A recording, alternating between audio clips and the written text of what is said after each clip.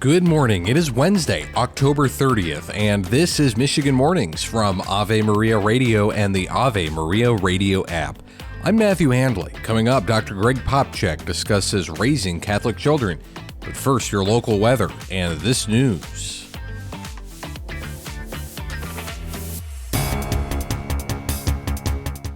Almost every single one of Grand Rapids ballot drop boxes is under 24/7 surveillance. Clerk Joel Hondrop is reacting to the ballot drop box fires in Washington State and Oregon by trying to assure voters here that there are security measures in place. Hondrop says just one of Grand Rapids ballot drop boxes does not have a surveillance camera, though he's not saying which one. Hondrop says Grand Rapids police know what happened in Washington and Oregon and are staying alert to make sure the same thing doesn't happen in West Michigan. SMART is offering free rides to the polls on Election Day in Oakland, Macomb, and Wayne counties. Fixed route buses, connector services, ADA paratransit, and SMART Flex buses will offer free rides for voters to polling sites beginning at midnight.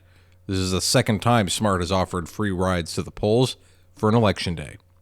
In campaign news, Republican nominee for vice president, Senator J.D. Vance, made a campaign stop in the hotly contested battleground of Saginaw County. Yesterday, Vance spoke to a group of supporters at a rally at Center's Court in Saginaw Township. He focused on the southern border and Michigan's auto industry during the event. Today, Bill Clinton will be in West Michigan campaigning for Kamala Harris.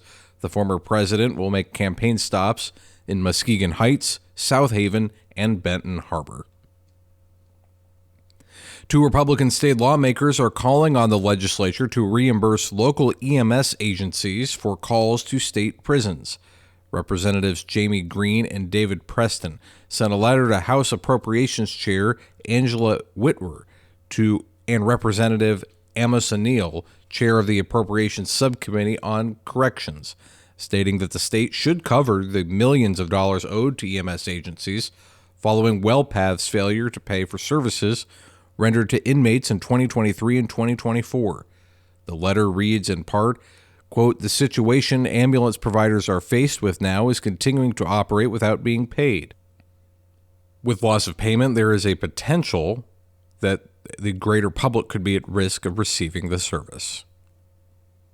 A federal judge has set a new court date for fired Detroit Riverfront Conservancy CFO William Smith to plead guilty in a $44 million fraud case. Yesterday, U.S. District Judge Susan DeClercq scheduled the date for November 15th. Smith is accused of stealing money from the nonprofit over a 12-year period, a crime that bankrolled a lavish lifestyle. You're listening to Michigan Mornings from Ave Maria Radio and the Ave Maria Radio app. Your local weather is coming up next.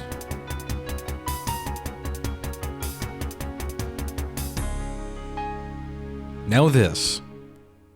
Ever thought you'd make a bundle by trading in or selling your used vehicle only to find out it's worth a dinner for two? Well, it's much more valuable to donate your vehicle to Ave Maria Radio.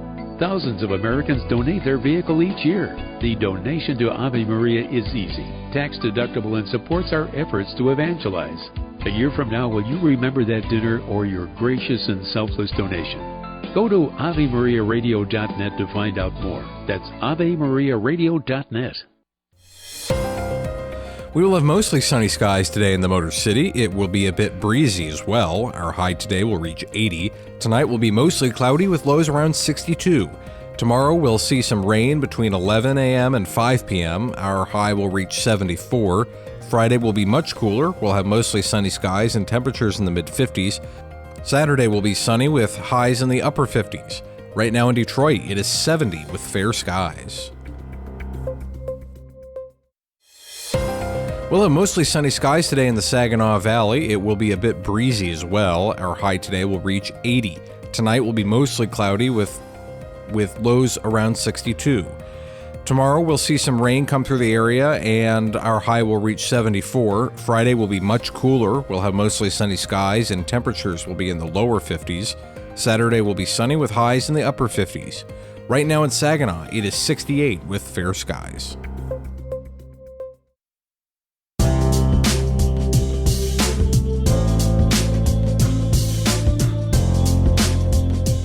Recent studies have revealed the most effective way to raise Catholic kids to become Catholic adults. Dr. Greg Popcak explains what these parents were doing right. They weren't doing anything that was all that remarkable, and that I think was the good news about it. Because we have a tendency to think that the parents who successfully raise all their kids to a faithful adulthood must be magical somehow. Right. But the reality is, as I was sharing with you last week, these families really lived their faith at home, not just in their prayer life, but in the way they related to each other, doing simple things like prioritizing family time and being careful not to let extracurricular activities crowd out family meals, family nights, family rituals, game nights, those kinds of things. There was generous affection. In fact, many of the subjects that were participants that were interviewed described their families as huggy. That word kept coming up over and over again, as generously affectionate. They had a gentler approach to discipline that focused on not so much consequences for bad behavior, but teaching good behavior and encouraging virtue and creating structures that supported success and change in their children's behavior. They had strong family rituals for working and playing and talking and praying together every day.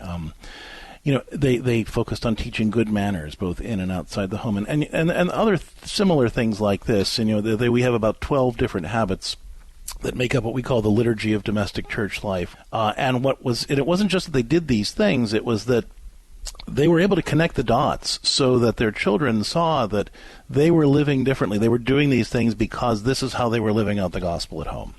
Right. So as they were being affectionate, they were doing things like making the sign of the cross in the back of their kids' heads. When they scheduled family time, they made a point of making sure to pray maybe before the game, or certainly at meal times. They looked for little ways to give God the credit for the closeness that they were enjoying.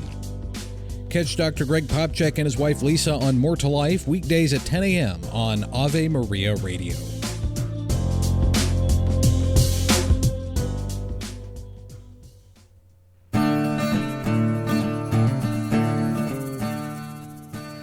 St. Clement I says, "It is our duty then to be eager to do good, for everything is from God." I'm Matthew Handley. That does it for this edition of Michigan Mornings on a Wednesday. Lord willing, I'll talk to you again tomorrow. And until then, goodbye.